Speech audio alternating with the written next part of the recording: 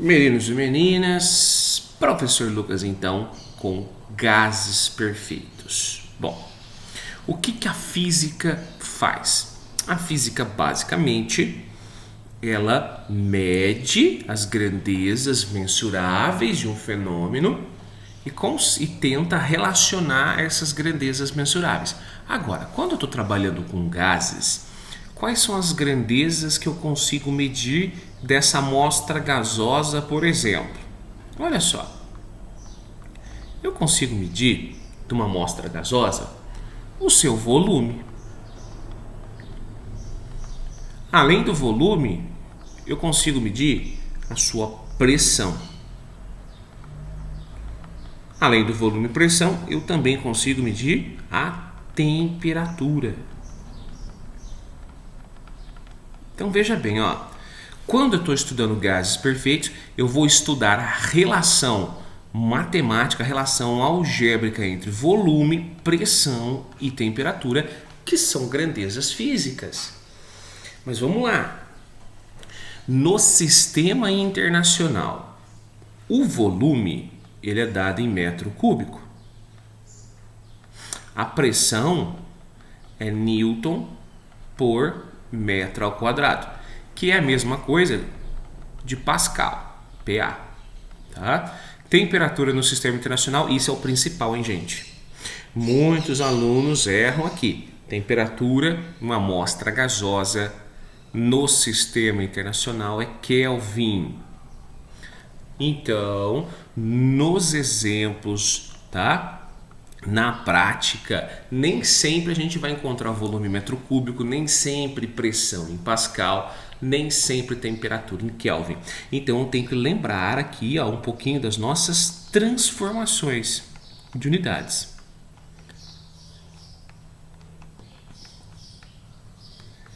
Que é o bicho papão dos alunos. Olha só, geralmente, ao invés de aparecer metro cúbico, aparece a unidade litro. Então, relacionada a volume, é importante nós lembrarmos de algumas coisinhas aqui. Por exemplo, nós sabemos que 1 metro cúbico é a mesma coisa de 1000 litros. Nossa, professor, e se for o oposto, se for o contrário, o que eu faço? Você sempre faz uma regrinha de 3, aqui é tudo linear, aqui é tudo proporcional, tá? É importante lembrar também que 1 decímetro cúbico é a mesma coisa de 1 litro, tá? Então fica a dica aí. Além do volume, eu vou ter, às vezes, dependendo da situação, vou ter que alterar a unidade de pressão. Tá? Pressão, ele pode aparecer em milímetros de mercúrio, atmosferas. Então vamos lá. Isso aqui também é tudo linear para você transformar uma unidade em outra, só fazer a regrinha de 3.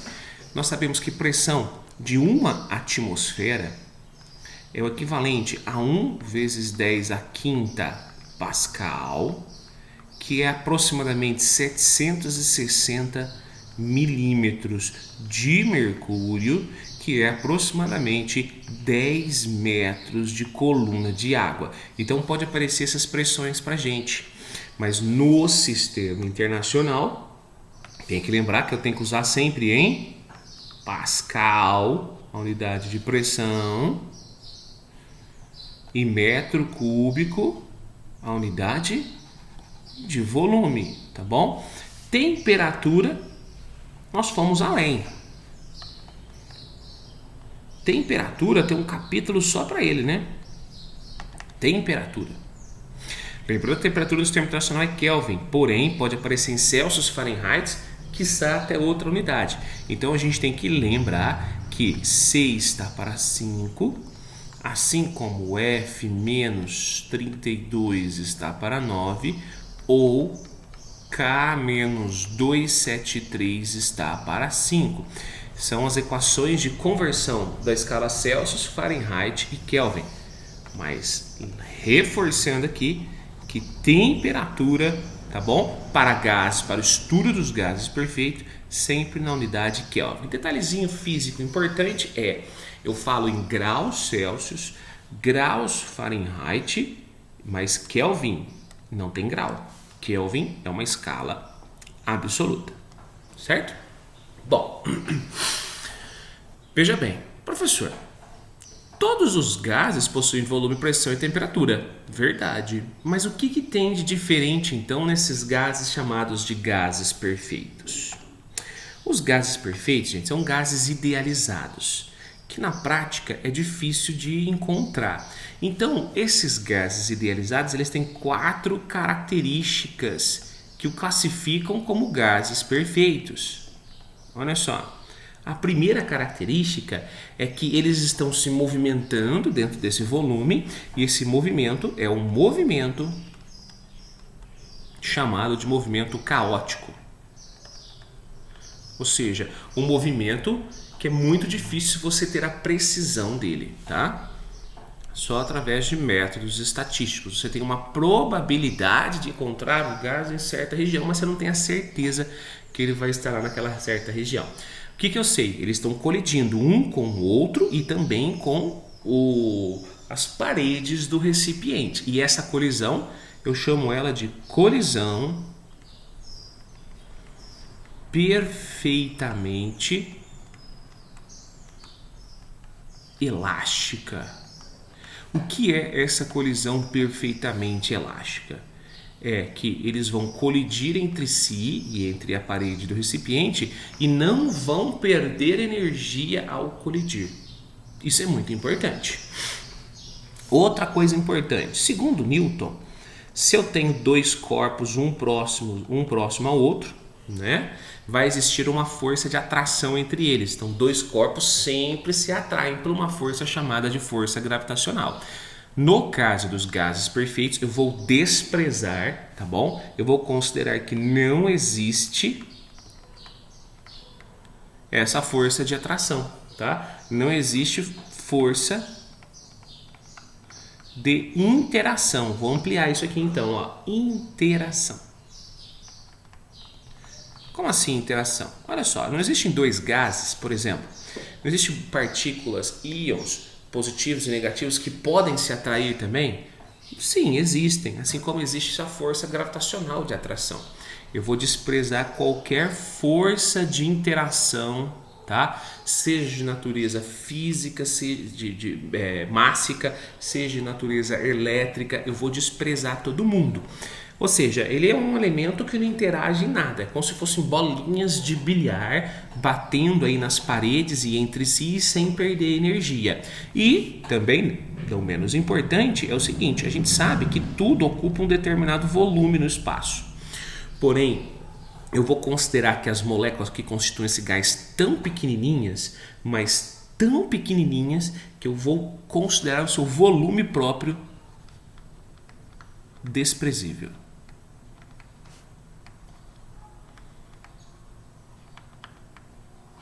Se eu tenho esse volume próprio desprezível, tá? Em comparação à amostra total, tá? Eu também satisfaço a 4ª condição para ter um gás perfeito. Nossa, professor, mas isso dá muito trabalho. Realmente, isso dá muito trabalho. No laboratório, na prática, o gás que chega mais próximo de ser chamado de um gás ideal é o seguinte, é quando tem um gás a altíssima temperatura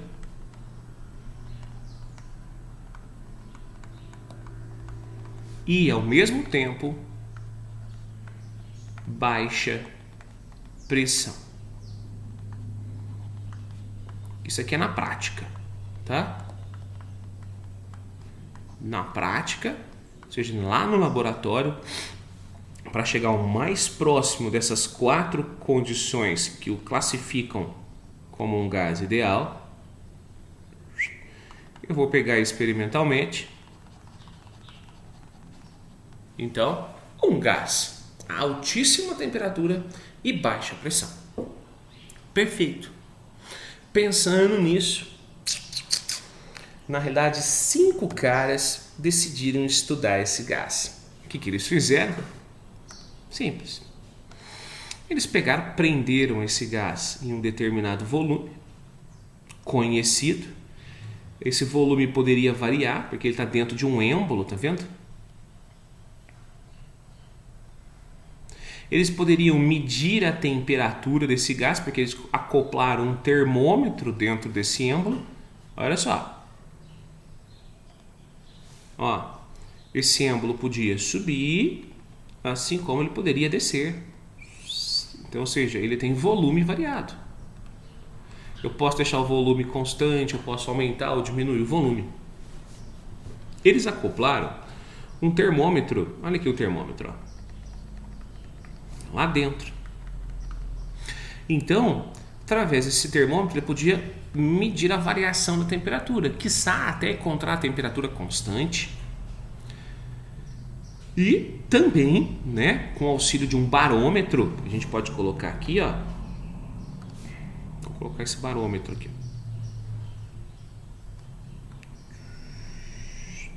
Eles conseguiam medir o quê? A pressão desse gás. Ou seja, a força em uma determinada área de contato, de colisão entre essas partículas que estavam se movimentando aqui dentro, fornecendo calor ou retirando o calor desse recipiente, tá? Então, 5 caras famosos começaram a estudar isso. E quando eu falo de física, a gente estuda e tenta sempre relacionar essas 3 grandezas em um gráfico. Agora, vamos pensar, um gráfico tem 2 grandezas.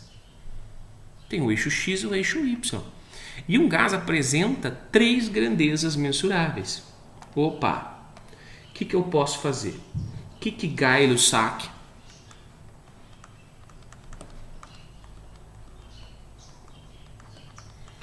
pensou para resolver esse problema? Ele falou o seguinte, ó, eu tenho 3 medidas, beleza, mas eu quero colocar isso aqui num gráfico, porque físico adora gráfico, quero avaliar ele, qual o comportamento, né, desse gráfico. Bom, vamos pensar o seguinte, eu vou fixar a pressão, eu vou assim, eu vou fazer uma transformação gasosa ali, eu vou variar o sistema, mas a uma pressão constante. Ok? E quando eu tenho pressão constante, isso aqui tem nome, tá, gente? Pressão constante significa transformação isobárica.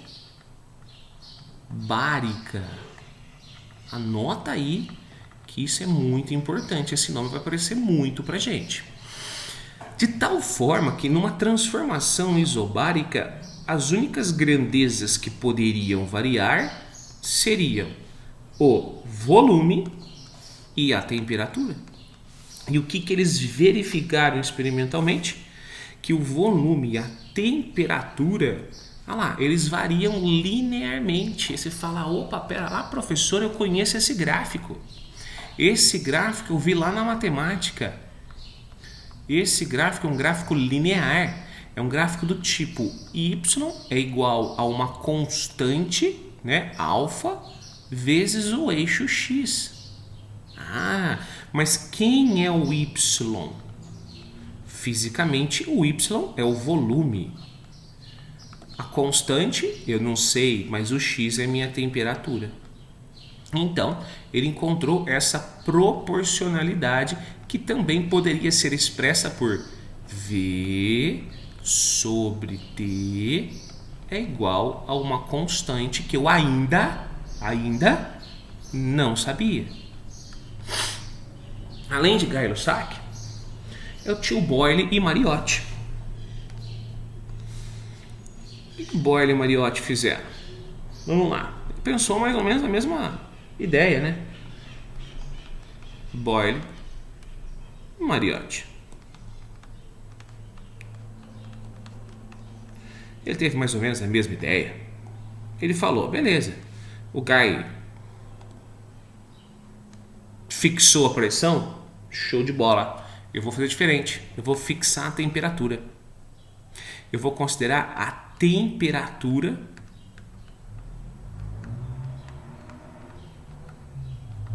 constante.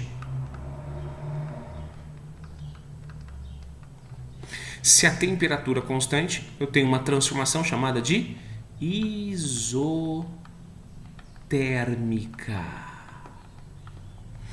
Anota esse nome, isotérmica. Então, as únicas grandezas que poderiam variar seriam as grandezas volume e pressão. E estudando o comportamento desse gás, eles verificaram que o gás se comportava como uma hipérbole. Olha que coisa esquisita.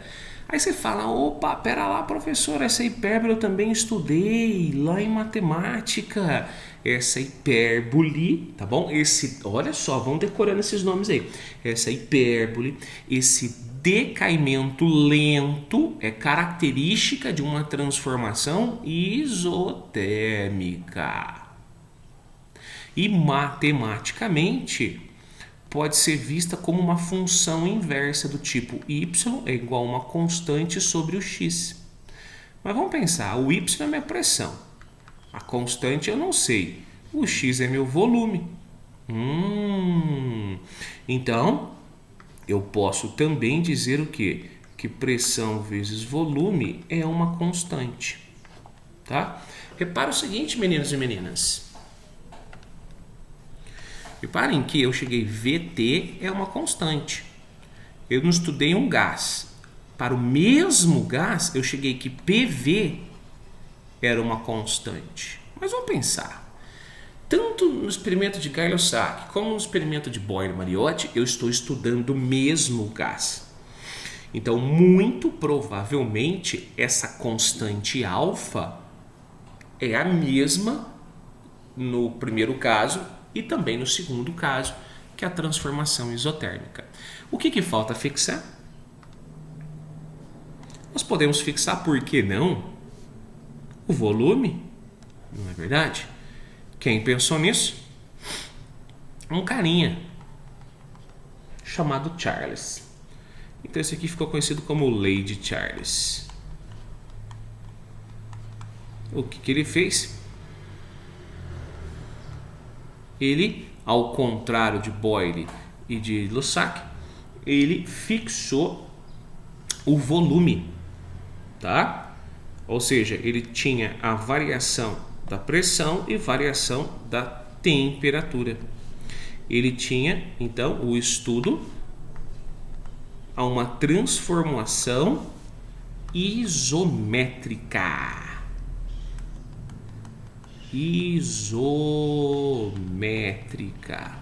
Isométrica significa volume constante. Vamos colocar lá, volume constante. Gente, além de isométrica, você pode encontrar os termos isovolumétrica ou isocórica. Significa a mesma coisa, são sinônimos. Significa volume constante. Então, anota aí. Isométrica, isocórica ou isovolumétrica. São todas transformações gasosas que ocorrem a volume constante. Então, variando aí, ó, a pressão, a temperatura, volume constante, ele verificou também um comportamento linear. Se é um comportamento linear, é um comportamento do tipo y é igual a alfa x. Não é isso? Y é minha pressão, alfa eu não sei, o x é a minha temperatura. Opa! Então, matematicamente, eu também posso, por que não, falar que a pressão sobre a temperatura é uma constante alfa. Uau! Maravilha! Bom, esses 3 experimentos, eles foram feitos pelo mesmo gás. Se eles foram feitos pelo mesmo gás, a probabilidade dessa constante ser a mesma é muito alta. É o mesmo gás, a mesma constante. Então, pensou-se o seguinte, veja bem, se é o mesmo alfa, nós sabemos que o alfa é proporcional ao volume. O que é proporcional? Para aumentar o volume, aumenta o alfa.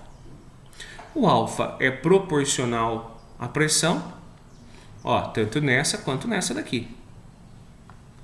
E ela é inversamente proporcional à temperatura. Olha lá, diretamente ao volume, diretamente à pressão e inversamente proporcional ao volume. Então, unificando esses 3 experimentos, ele verificou o quê? Ele verificou que pressão e volume são grandezas inversamente proporcionais, tá? E temperatura é inversamente proporcional a uma constante. Olha, tá bom, professor. Isso aqui é o ponto de vista matemático. E para que serve isso na minha vida? O que tem de importante que ele chegou nessa relação? Que a pressão vezes o volume dividido pela temperatura é sempre uma constante. Gente, isso aqui é lindo, bonito e maravilhoso. Olha só. Porque eu posso pensar o seguinte: imagina um gás. Ô, Lucas, Oi, depois você manda isso pra gente? pode deixar. Imagina um gás no estado A. O que o gás tem? O gás tem pressão A, volume A, temperatura A. Segundo os experimentos que nós verificamos, o que a gente tem? Vamos lá. Nós sabemos que PA, VA sobre TA é uma constante. Beleza. Mas vamos supor que eu liguei lá o fogão e esse gás ele sofreu uma transformação. É o mesmo gás. Mesmo gás, mas esse gás sofreu uma transformação. Sei lá, ele variou o volume aí. Não sei o que aconteceu com o volume, com a pressão, com a temperatura, mas ele mudou. Ele sofreu uma transformação. Ele foi para um estado que a gente pode chamar de estado B. Então, lá no estado B,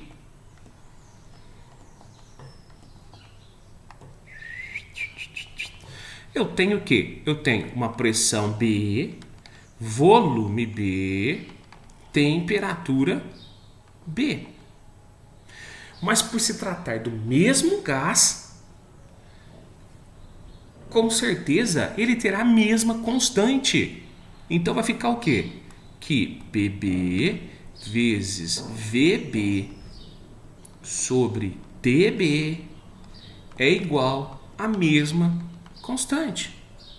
E isso pode ser por uma terceira transformação, não tem problema. Ó. Vamos supor que aconteça uma terceira transformação. Sei lá, imagina um bolo. Você fez o bolo, bateu o bolo no liquidificador, o bolo cresceu, você tirou o bolo do forno, o bolo murchou. Olha lá. Opa, vamos fazer de pretinho aqui. O bolo murchou. Ó. Minguou o bolo. Mas é o mesmo bolo. O bolo partiu para o estado C. É o mesmo bolo. Se é o mesmo bolo, são as mesmas constantes. Eu vou ter o quê? Eu vou ter PC, VC, TC. Maravilha! Então, pelas transformações que nós acabamos de estudar, nós podemos dizer que PC vezes VC sobre TC é uma mesma constante. Isso quer dizer que matematicamente, em uma transformação gasosa,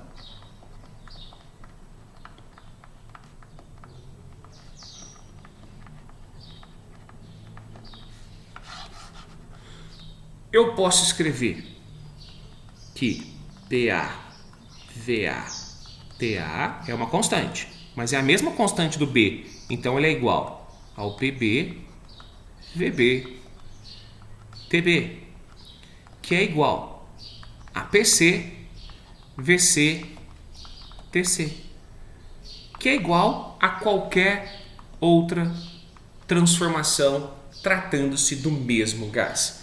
Também conhecido, pessoal, como a lei do Pivot-Povetot. P1, V1, T1, igual a P2, V2, T2, que é igual a P3, V3, T3, P4, V4, T4 e assim por diante. O que eu acabei de falar para vocês, ou tentar, né, passar para vocês, é que a lógica do porquê, quando eu tenho uma transformação gasosa, eu posso usar essa relação matemática. Por que eu posso usar o PVT Povotovich? Provavelmente você já viu isso aqui em química, né? Mas em química eles geralmente não usam esse foco que a física aborda. Bom, mas não acaba por aqui a física não. Por quê? Porque teve um cara chamado Clapeyron que ficou intrigado com essa constante. Oh, Deus Pai! Essa constante, quem que é essa constante? Essa constante vem da onde? Vamos lá. Olha só.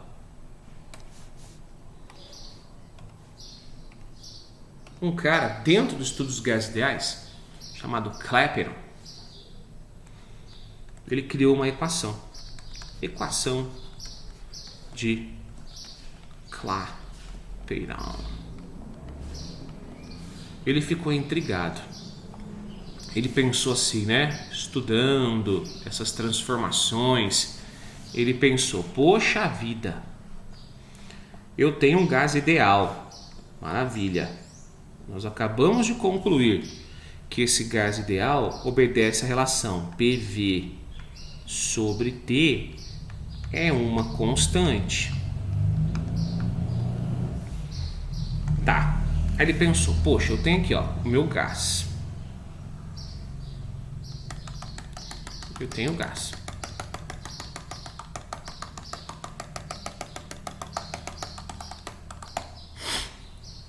Da onde que vem essa constante? Será que eu consigo calcular o valor dessa constante? Oh, Deus Pai, hein? Bom, o que ele fez? Ele alterou o número de moléculas aqui nessa amostra. Lembrando que essa amostra é sempre uma amostra de um gás ideal. Ou seja, um gás que obedece aquelas 4 relações que nós já abordamos. Tá? Um gás tem movimento caótico, choque perfeitamente elástico, não exerce forças entre si e volume próprio desprezível. Então, considerando aí, ó, esse gás ideal, tá? Ele alterou o número de mols, ou seja, ele colocou mais partículas aqui dentro. Colocando mais partículas aqui dentro, o que ele verificou? Ele verificou que essa razão PV T era uma constante também. Porém, essa constante era um pouquinho maior.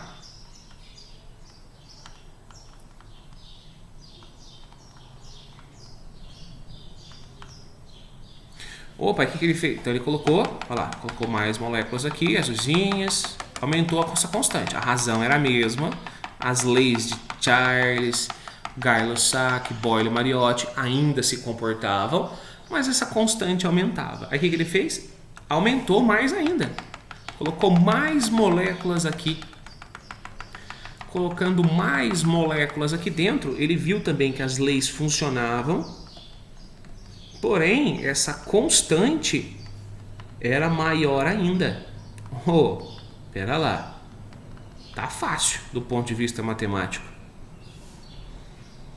Aumentando o número de mols, aumenta a constante, significa o quê? Significa que essa constante ela é proporcional ao número de mols. Maravilha! E ele verificou que essa constante ela também mudava o seu valor conforme o gás da amostra. Se eu colocasse, por exemplo, hidrogênio era uma coisa, se eu colocasse hélio era outra coisa, oxigênio era outra coisa, ou seja, essa constante também era proporcional a uma constante gasosa, tá? Que foi chamada de constante universal dos gases, para simplificar as nossas contas. Então, o que ele fez? Eu vou unir o útil ao agradável aqui, ó. Eu vou dizer o seguinte: se a constante é proporcional a n e proporcional a r, fechou. Essa constante, ela nada mais é do que nr. Isso mesmo. Então, segundo as leis, né, das transformações, eu tenho que PV sobre T é uma constante, mas a constante, segundo o Clapeyron, é nr. Passando matematicamente o T para lá, o que nós temos? Nós temos que PV igual a nRT, conhecido como equação geral dos gases, ou simplesmente equação de Clapeyron. Essa equação só vale para um gás perfeito.